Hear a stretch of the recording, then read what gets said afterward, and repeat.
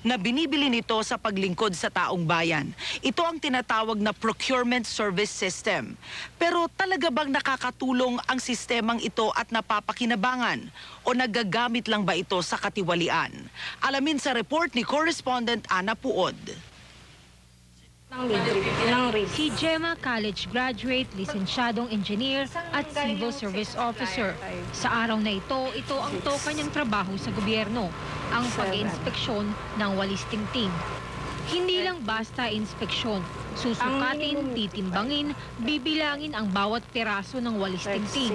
240 ribs dapat umabot ang mga tangkay, ganito daw dapat kadami ang laman ng isang walis tingting. Pasado po ba to? Ilan mo ang kailangan lang? 240. So may sobra pang 5. Pero paano may mga maliliit po? Hindi na sinama sa bilang. 24. Dapat aabot ang bawat walis sa pamantayan ng Bureau of Product Standards. 27. Kailangan mo bang gawin yun? Yun ang nakalagay sa standard. So, sige. Sige, dito po ito. Try po natin sukatin yung... 1.55. Ano po yung standard niya? 2. Kaya lang, meron niyang makapal, may manipis. Isa yan sa ano? Si Angelita, isa ring inspector, ganito din ang trabaho. Ipinakita naman sa akin ang testing na ginagawa para sa mga masking tape. Kasi Ididikit, yung carbon niya, yun ang madaling para pang test sa adhesion. Masyado siyang bawa sa akin, titingnan natin kung yung kanyang adhesive mass na transferred. Basta kahit kalahati na lang din. at padadaanin sa ruler.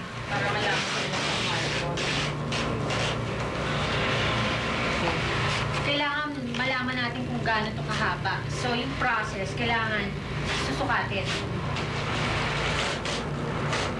45. Okay. 45. Pero just in case na meron kaming na less than 50 meters, isang basis na ito for disqualification.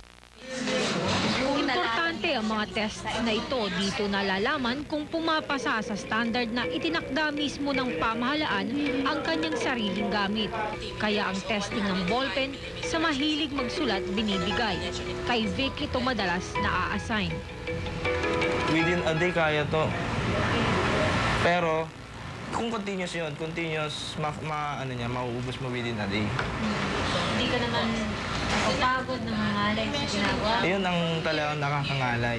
Kasi dito sumasakit talaga yung kamay mo. Yung pressure mo dun sa kamay, doon ka lang, nag-stick ka lang doon, magpapahinga ka man, saglit lang, tutuloy mo ulit ka agad. 79 lines here.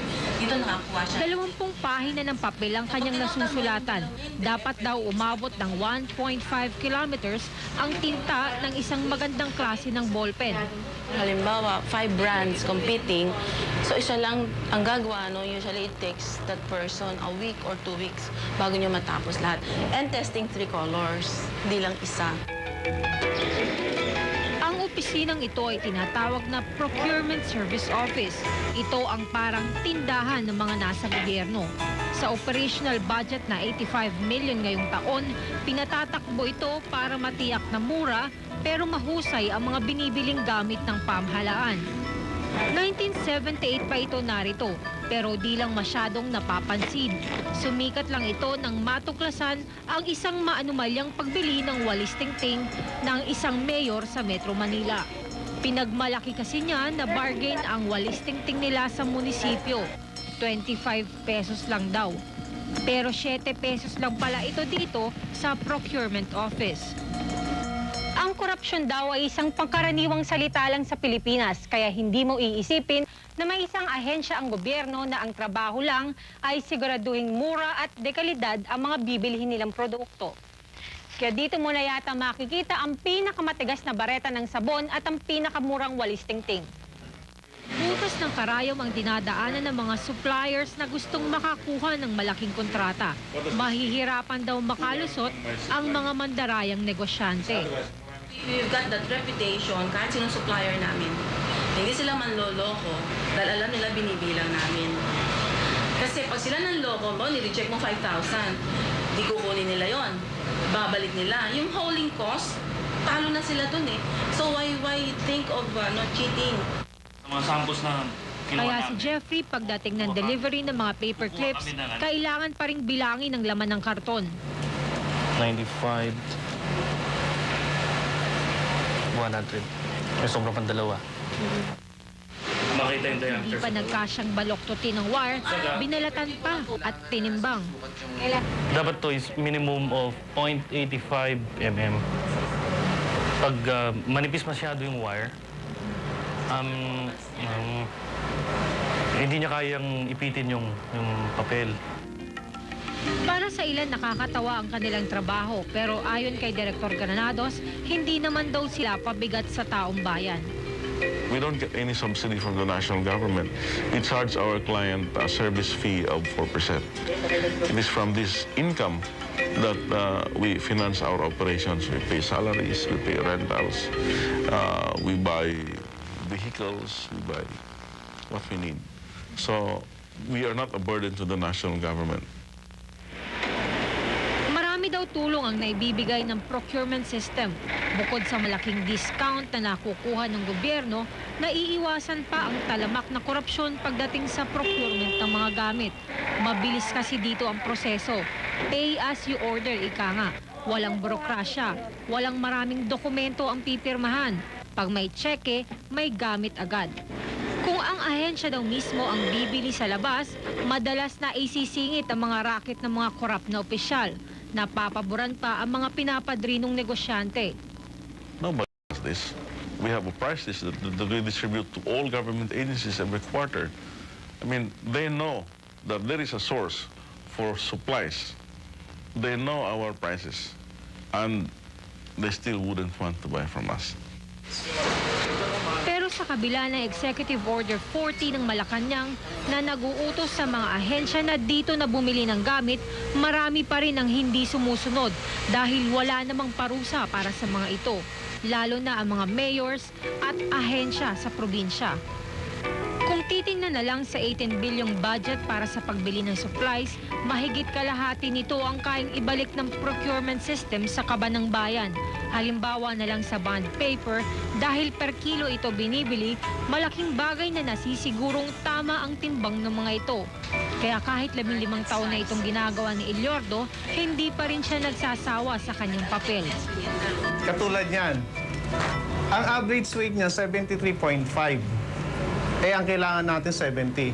Mas, ang minimum 70, mas nakaano tayo, nakalamang ang gobyerno sa supplier. Nung nakaraang taon, mahigit 1 milyong bond paper kasi ang kanilang binili. 10% ng delivery o 20,000 piraso ng papel ang kanilang binilang at sinukat at tinimbang. Pero mukhang sisiw na ito. 75, 80, 85, 90, 95, ayan, 499. Kaya siya 499 kasi nabawas natin yung isa. 499. Baka inulaan nyo. Hindi pwedeng hulaan eh, kasi ini-evaluate namin eh. 7 lang ang inspektor at may ilang utility worker, pero hindi bababa sa 100 milyong piso kada taon ang gastos ng taong bayan para patakbuhin ang opisinang ito. At sa lagay na iyon, hindi rin nasusupil ang korupsyon. Dahil hindi rin obligado ang mga ahensya ng pamahalaan na dumaan sa procurement service. Nasasayang lang ba ang mga inhinyero ng gobyerno sa pagbibilang ng tingting at pagsusukat ng masking tape at sa walang katapusang pagdodrawing o sa paglalaro ng paperclip? 85 million is peanuts compared to what the government will be saving. Si Tatang ay kargador sa procurement office simula pa nung tinayo ito noong 1978. Nalulungkot siyang sa kabila ng mga pagsisikap ng kanilang opisina, tila wala pa ring nagbago sa ibang sangay ng gobyerno. Araw-araw nililibot ni Tatang ang malalaking departamento para mag-deliver ng mga biniling supplies. Masama ang loob. Dahil kami naghihirap dito eh. Papakapawis pagkatapos eh. Kaya na mababalitaan mo na sila. Magaganda ang buhay nila. Magre-retiro na si Tatang sa loob ng ilang taon. Masaya siyang iiwan ng serbisyong naniniwalang malinis ang kanilang trabaho. Walang lagay ho dito. Wala ho. Hindi po pwede. Ay, mahirap po. Maraming mata rito. Noong isang taon, inumpisahan na ng procurement service ang pinakamaambisyon nitong proyekto, ang electronic procurement system sa internet. Mas mapapabilis pang lalo nito ang bidding ng mga manufacturers para sa produkto, ganun din sa pagbili ng mga ahensya ng pamahalaan ng kanilang mga pangangailangan. Yun nga lang, mahigit 200 milyon pa ang kailangang gugulin para ito mapakinabangan.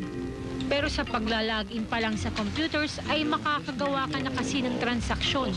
At tayong mga pangkaraniwang mamamayan ay may pagkakataon ng malaman kung paanong ginagasta ng ating mga congressman, mayor, barangay captain ang perang kinukuha sa atin ng pamahalaan taon-taon. Karamihan sa iniisip nila, ang gobyerno is hindi maganda. Yung corruption ay sagad-sagaran. Pero andito kami to protect, kumbaga lahat ng yung maiwasan ng corruption. You can't really eliminate graft and corruption. I think you can only minimize it. No matter how good the system is, it's in implementation. Wala daw pera ang gobyerno at kailangang magtipid. Pero nariyan na rin ang pinakamalaking kabalantanaan. Para hindi masayang ang pera ng bayan sa pangungurakot ng ilan, kailangang gastusin ito sa ganitong paraan. 11. Ako si Ana Puod, ang inyong correspondent. 14.